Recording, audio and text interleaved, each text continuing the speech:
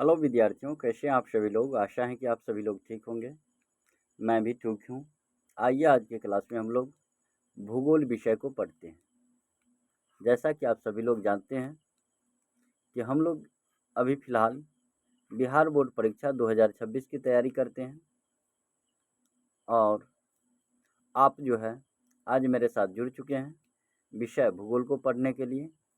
और यदि आप कक्षा 12वीं में पढ़ते हैं और भूगोल विषय की तैयारी करते हैं और इस बार 2026 में बोर्ड परीक्षा देना चाहते हैं, तो आप सही वीडियो पर आए हैं। बोर्ड परीक्षा देना चाहते हैं तो आप सही क्लास में, आपको सही रास्ता जो है मिलने वाली है। तो निश्चित तौर पे आप सभी लोग जुड़ जाइएगा और मेरे साथ जो है इस वीडियो को पूरा देखिएगा, जिससे आपको आपका कंटेंट तैयारी हो, आपका एमसीक्यू तैयारी हो। यहाँ पर आप सभी देख सकते हैं, यहाँ पर लिखा हुआ है चैप्टर 2 और चैप्टर का नाम है विश्व जनसंख्या। अगर आपके पास किताब हो तो किताब जो है पलटा के रख लीजिएगा। भारत भूगोल और अर्थव्यवस्था, भारत लोग और अर्थव्यवस्था। तो आइए आज का पहला टॉपिक देखते हैं हम लोग। यहाँ पर जो है दिया हुआ है, पहले ये चीज़ें देखिए सभी लोग कि 21वीं शताब्दी में विश्व की जनसंख्या 600 करोड़ से अधिक दर्ज की गई। सबसे पहले हम लोगों को जानना है कि शताब्दी जो होता है वो 100 वर्षों का होता है। शताब्दी कितने दिनों का होता है? तो 100 वर्षों का एक शताब्दी होता है। 100 वर्षों का एक शताब्दी होता है, इस बात को ध्यान रखिएगा। वर्तमान जो है ये भी 21वीं शताब्दी चल रही है और 21वीं शताब्दी की बात करें तो विश्व की जनसंख्या 600 करोड़ दर्ज की गई थी, इस बात को ध्यान रखना है। उसके बाद जैसे ही हम आगे बढ़ेंगे तो आप देख सकते हैं वीडियो के माध्यम से यहाँ पर क्या लिखा हुआ है।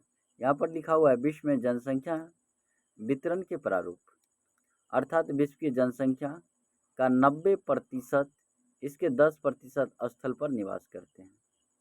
कहने का मतलब विश्व में जितने भी एरिया हैं, पृथ्वी पर जितने भी एरिया हैं, इसके इसके जनसंख्या, जितना भी जनसंख्या है, इसके 90% जनसंख्या जो है वो केवल और केवल 10% भाग पर ही निवास करते हैं। आप इसका अंदाज़ा लगा सकते हैं कि किस तरह से धरती पर कहीं पर जनसंख्या बहुत ज़्यादा है तो कहीं पर बहुत कम है। आइए इसके बाद नेक्स्ट बातें हम लोग देखते हैं क्या लिखी हुई है और आप लोग इसमें देखते चलेंगे। नेक्स्ट बातें आप सभी लोग देख सकते हैं यहाँ पर कि अत्यधिक जनसंख्या वाले देश। थोड़ा मैं पेज को बड़ा कर दूं, यहाँ पर आप सभी लोग देख सकते हैं क्या लिखा हुआ है, अत्यधिक जनसंख्या वाले देश। तो विश्व में सबसे अधिक जनसंख्या की बात करें तो नंबर 1 पर चीन आ जाएगा, दूसरा नंबर पर भारत आएगा, तीसरा नंबर पर यूएसए संयुक्त राज्य अमेरिका, चौथा नंबर पर इंडोनेशिया, पांचवा ब्राज़ील और छठा पाकिस्तान आ जाएगा। ये अत्यधिक जनसंख्या वाला जो है देश है, ध्यान रखना इस बात को। लेकिन ये जो डेटा है, ये डेटा आप लोगों को 2011 का डेटा ही शो कर रहा है। कब का डेटा ये? 2011 का। वर्तमान में आप लोगों के अथक प्रयास से नंबर 1 पर भारत आ चुका है और विश्व में सबसे अधिक जनसंख्या वाला देश जो है वो भारत बन चुका है। विश्व में सबसे अधिक जनसंख्या वाला देश जो है वो कौन बन चुका है? भारत बन चुका है। उसके बाद अगला बातें हम लोग जानेंगे और अगली जो बातें दी हुई है ये जनसंख्या घनत्व। तो सबसे पहले आप सभी देख सकते हैं लोगों की संख्या और भूमि के आकार के बीच के अनुपात को क्या कहते हैं? जनसंख्या घनत्व कहते हैं। लोगों की संख्या और भूमि के आकार के बीच के अनुपात को जनसंख्या घनत्व कहते हैं। यहाँ पर एक फॉर्मेट आपसे पूछा हुआ है, फॉर्मूला पूछ दी गई है, आप इस क्वेश्चन का आंसर देंगे। तो जनसंख्या घनत्व बराबर होता है, जनसंख्या घनत्व बराबर भूमि का आकार या भूमि का आकार बटे कुल जनसंख्या और लोगों की संख्या और भूमि के आकार के अनुपात को। सबसे पहले किसी क्षेत्र विशेष की जनसंख्या मतलब लोगों की संख्या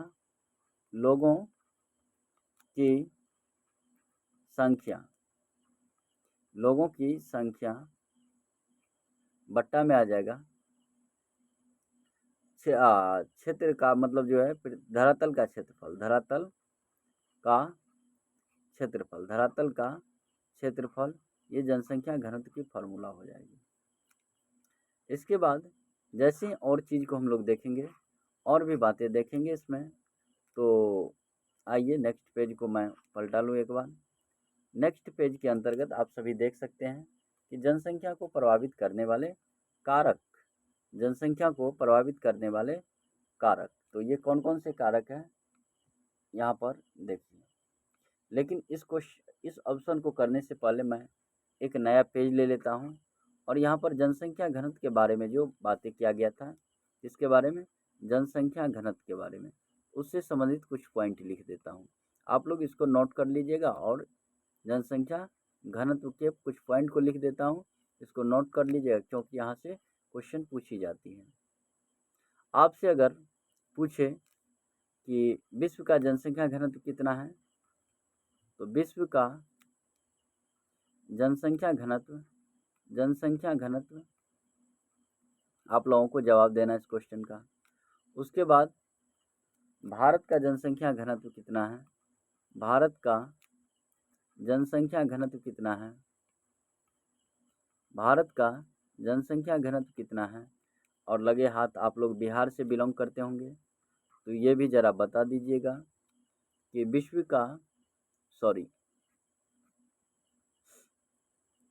आप लोगों को ये बताना है कि बिहार का जनसंख्या घनत्व कितना है, बिहार का जनसंख्या घनत्व कितना है, बिहार का जनसंख्या घनत्व कितना है। तो इन सब बातें को याद रखिएगा।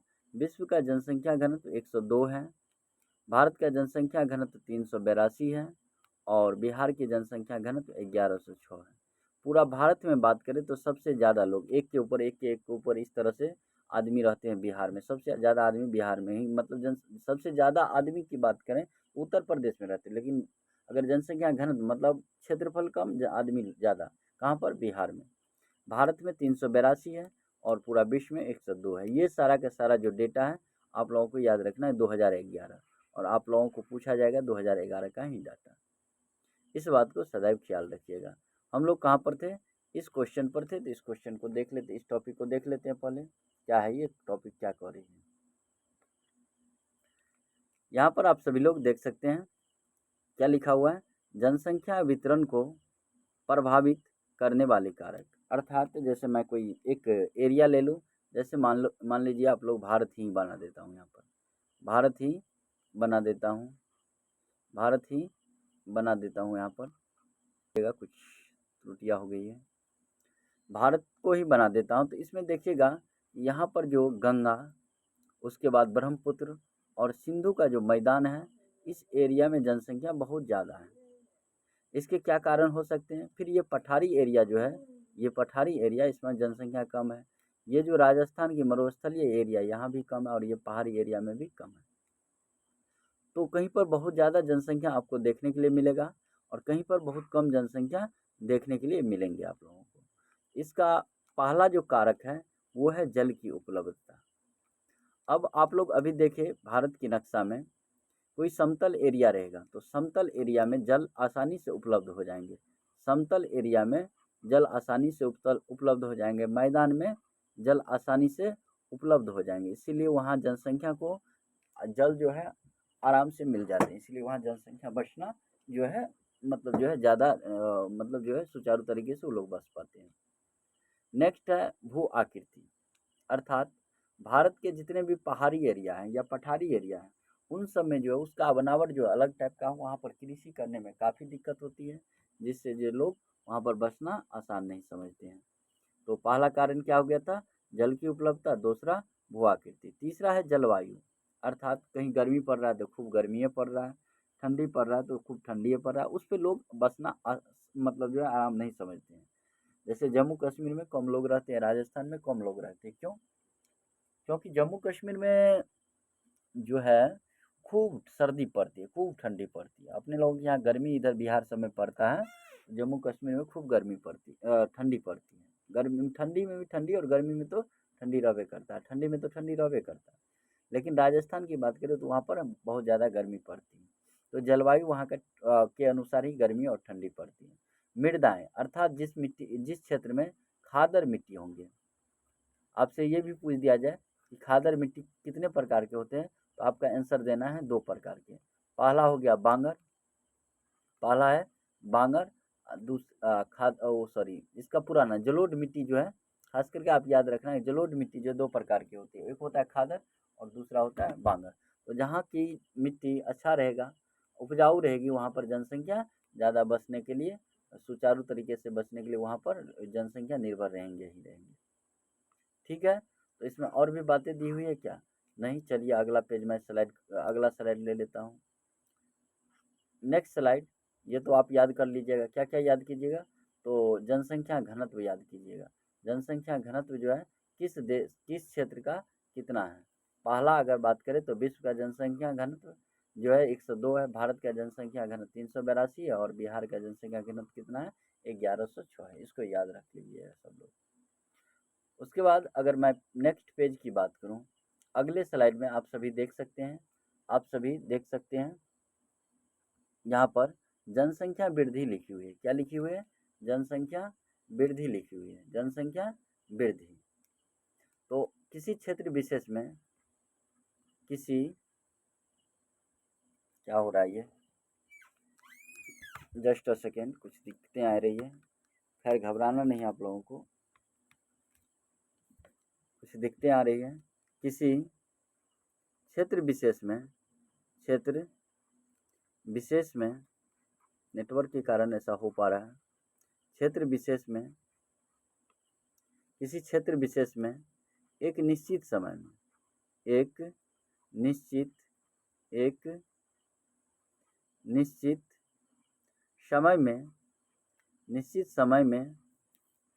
लोगों की संख्या को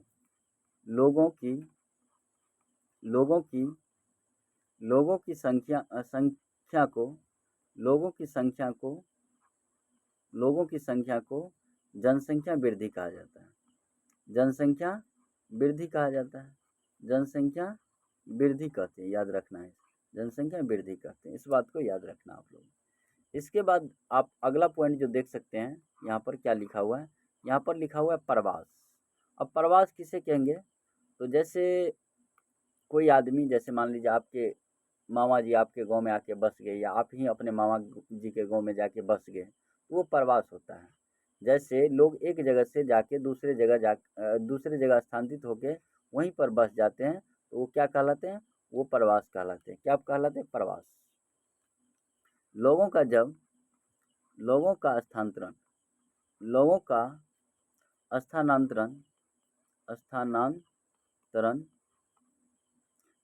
स्थानांतरण एक स्थान से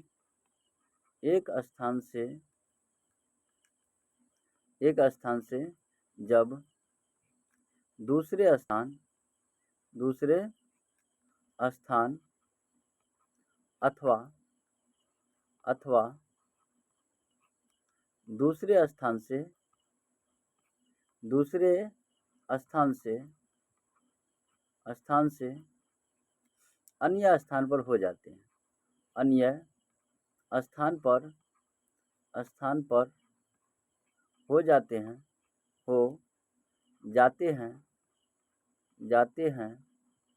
तो उसे प्रवास करते हैं। इसको याद रख लीजिएगा, ये क्वेश्चन पूछा जाएगा। तो उसे क्या कहते हैं? तो उसे प्रवास कहते हैं। क्या कहते हैं? प्रवास कहते हैं। इन बातों को आप लोगों को याद रखना है। तो उसे क्या कहते हैं? प्रवास कहते हैं। इसको याद रख लीजिएगा सब लोग। तो उसे क्या कहते हैं? प्रवास कहते हैं। अगला है प्रवास कितने तरह के होते हैं? तो प्रवास जो है 2 तरह के होते हैं। पहला उद्गम स्थान होता है, दूसरा गंतव्य स्थान। तो उद्गम स्थान जहाँ से लोग चले जाते हैं, जहाँ से लोग जाते हैं,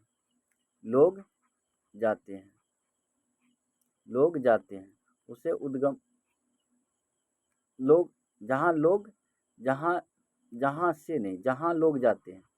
लोग जाकर बस जाते हैं। और गंतव्य स्थान जहाँ से लोग जाते हैं,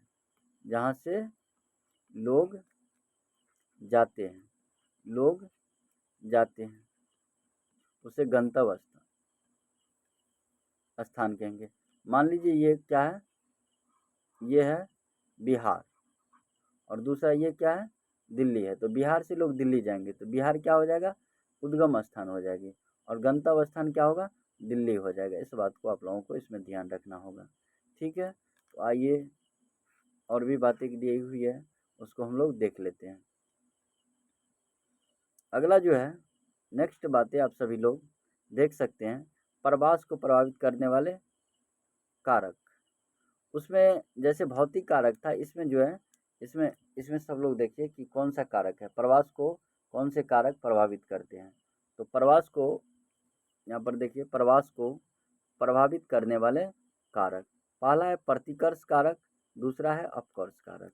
तो प्रतिकर्ष कारक जैसे कोई लोग काम की तलाश में जाते हैं।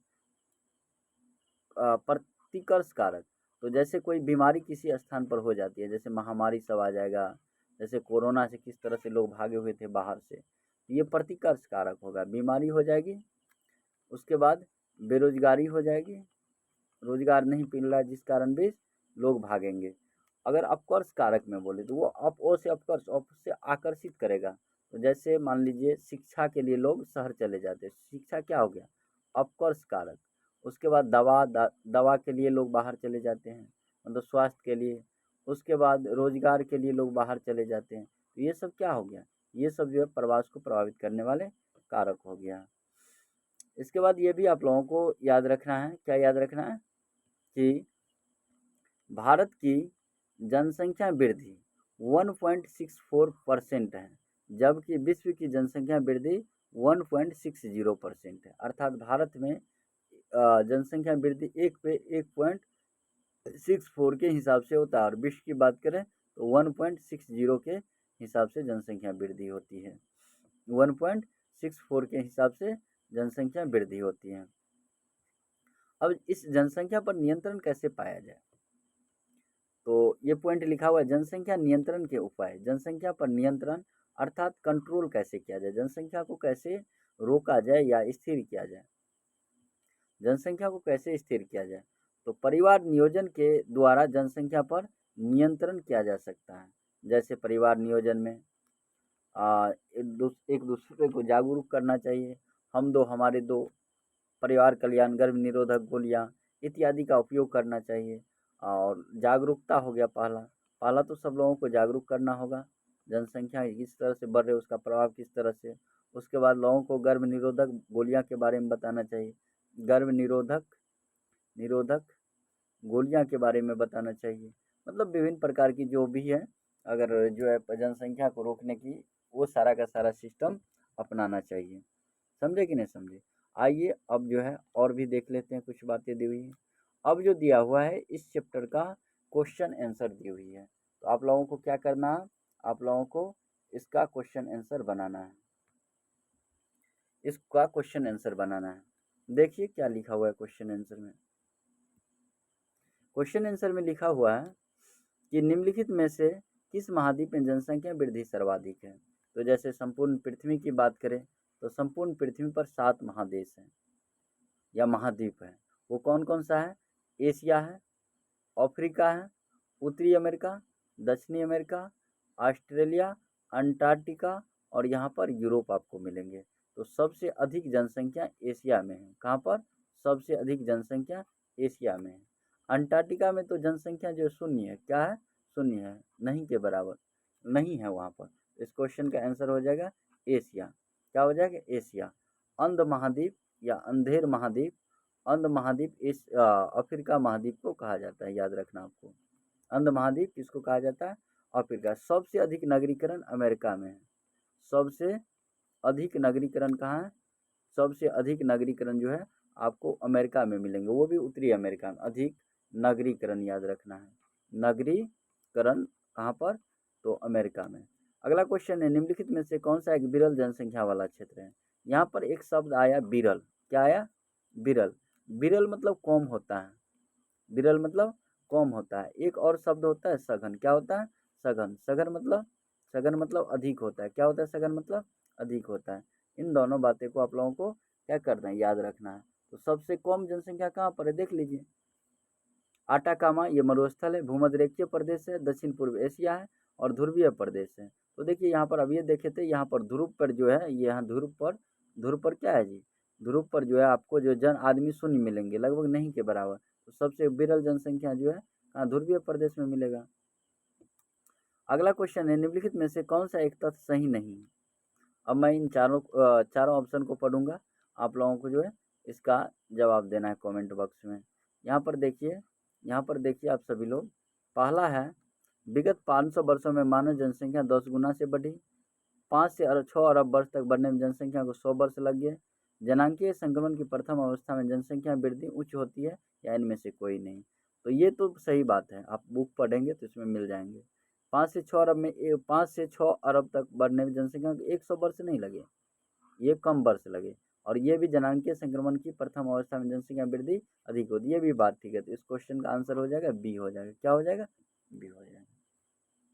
मैं पुनः आप लोगों को बता दूं कि आप आर्ट्स की तैयारी करते हैं, आप आर्ट्स इंटरमीडिएट आर्ट्स की तैयारी करते हैं, तो आप अगर आपका विषय होगा हिस्ट्री, या फिर आप रखे होंगे ज्योग्राफी, या आप रखे होंगे पॉलिटिकल साइंस, इकोनॉमिक्स भी रख सकते हैं, साइकोलॉजी सोशियोलॉजी भी रख सकते हैं, होम साइंस भी होगा, हिंदी भी रखे होंगे, रखे हैं कि नहीं, मैथिली भी रखे होंगे, कोई कोई बच्चा इंग्लिश भी रखता है। तो इन सभी विषयों को आपका मेरे चैनल पर जो है इन सभी विषयों का डेली क्लास वो भी फ्री में चलता है। तो आप सभी लोग मेरे साथ जुड़ना चाहते हैं तो एक बार 70918595 और 99 पर जो है मैसेज करना है, व्हाट्सअप नंबर है, और इस पर जो है मैसेज करना है, फ़ोन नहीं करना है। और इस पर जो भी पूछना है पूछ सकते हैं आप सभी लोग। आप लोगों को इसी नंबर के माध्यम से ग्रुप में जोड़ दिया जाएगा, जिससे आपका इसका PDF फ्री में मिल सके और आप लोग अभी फ्री में पढ़ सकें। एक भी रुपया अभी नहीं देना है आप लोगों को। तो मैं सुरेश कुमार आप सभी से इस क्लास से विदा लेता हूँ। इस क्लास से मैं इतनी ही बातें रखूँगा। That's all in this class. Have a nice day. Thank you all of you. Thank you.